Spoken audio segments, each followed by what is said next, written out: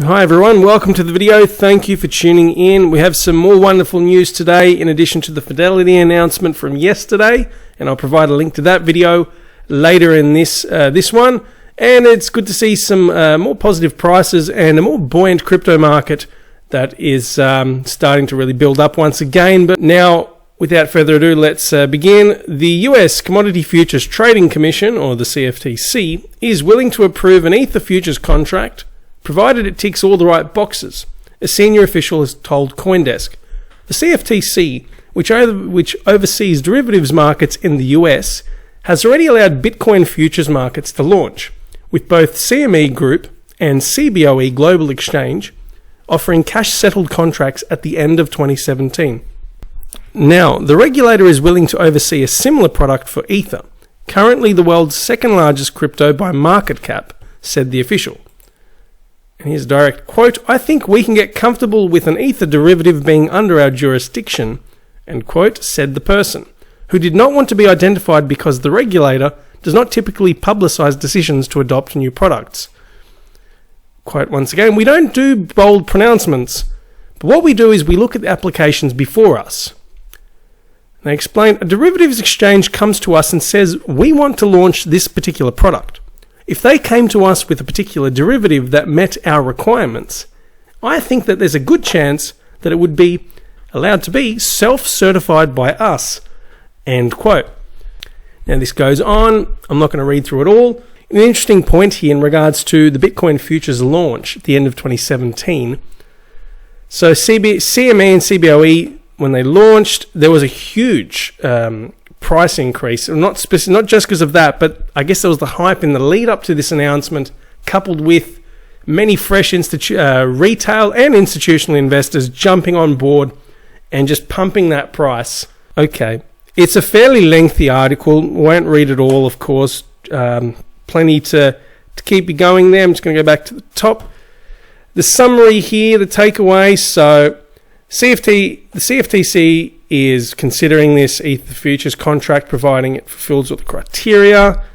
And then this, as it's setting out, this good point here, this in turn might reassure retail traders looking at the crypto, because we're going to get the institutional investors, what's anticipated that they will come in, and we're going to see a huge spike in the price and relive some of the magic that happened back in 2017.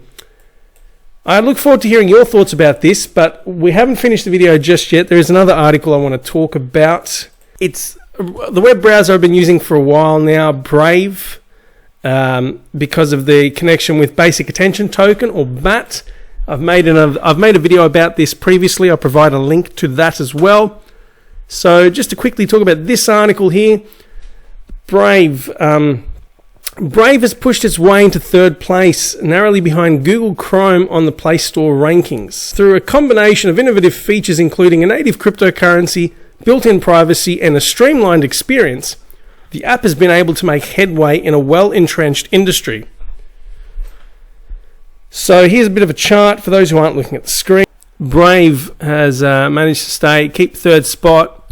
It pushed its way ahead of Chrome for a little bit, for a couple of weeks, and then now back in third place. I'm glad that it's giving Chrome a run for its money, and because of one of the best things about this. So a couple of weeks back, Brave launched the Brave Rewards. It's Brave Rewards system here, and as I said, the video will explain it in more detail. But you will get, for viewing ads, for choosing to view ads, you then get BAT. You earn it, paid monthly.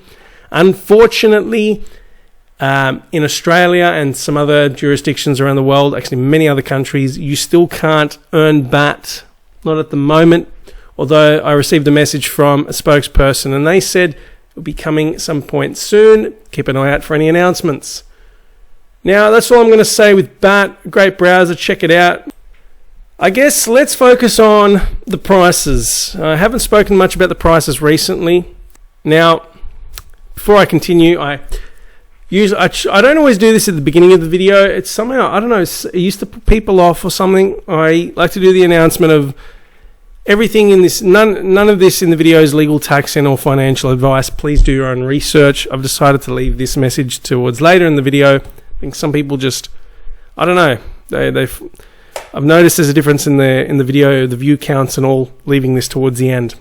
And I'll also leave it in the comments just for formalities and to cover my backside. Prices recently, as you can see, we've had some very positive growth. Bitcoin, it still hasn't cracked the 6,000 mark, and it's getting a bit frustrating because that is considered a key indicator, like one of those key numbers, like a threshold to reach to really try and push the market. Ideally, we just want to get it out of the 5,000 zone. It's been hanging there for a while.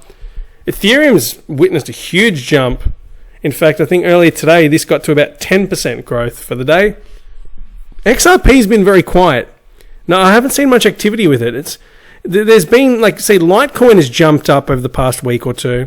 Ethereum, as we can see, has picked up. Bitcoin as well, but XRP, I don't know, it's remained stagnant. It's really odd. EOS, nice healthy boost. Stellar, yeah, so Cardano, again, just not as much. It's gone down overall, I think.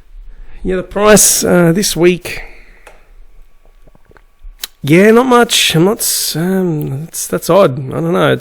It's weird. You know, one thing I've noticed as time has progressed,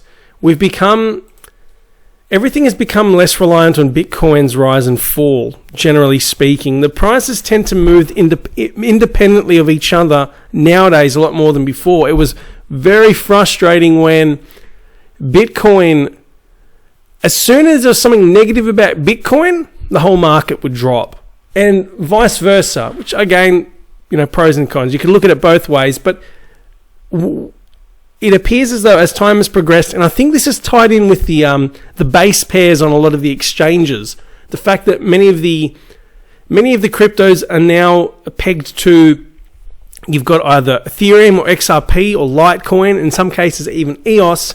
There is less of a reliance on Bitcoin being the base pair, or the other one in the base pair, and that, in my opinion, might actually make the prices more, they'll work independently of each other, so to speak. I've actually done a video looking at my price predictions for 2019 and also touching on 2020 as well. Thank you very much for tuning in. That's a wrap for this video. I appreciate everyone's support. I've noticed there's been a bit of a boost in the viewer counts and people checking out my content. I really appreciate that. And to my new subscribers, thank you very much. I hope this content has been useful.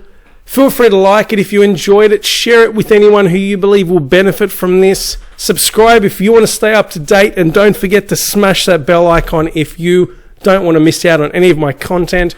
I'm also going to provide a link to my other channel. It's been a bit dormant recently because I've been focusing on this, but my other channel, Lorenzo's Logic, if you're interested, bit of a spiel and you'll see some of the videos there. Just some more viewing content on YouTube. Thank you once again. I all hope you're having a wonderful morning, afternoon or evening, wherever you are. Shout out to everyone in the crypto space in Australia as well, and everywhere around the world. That's a wrap. Thank you very much. Enjoy. See ya.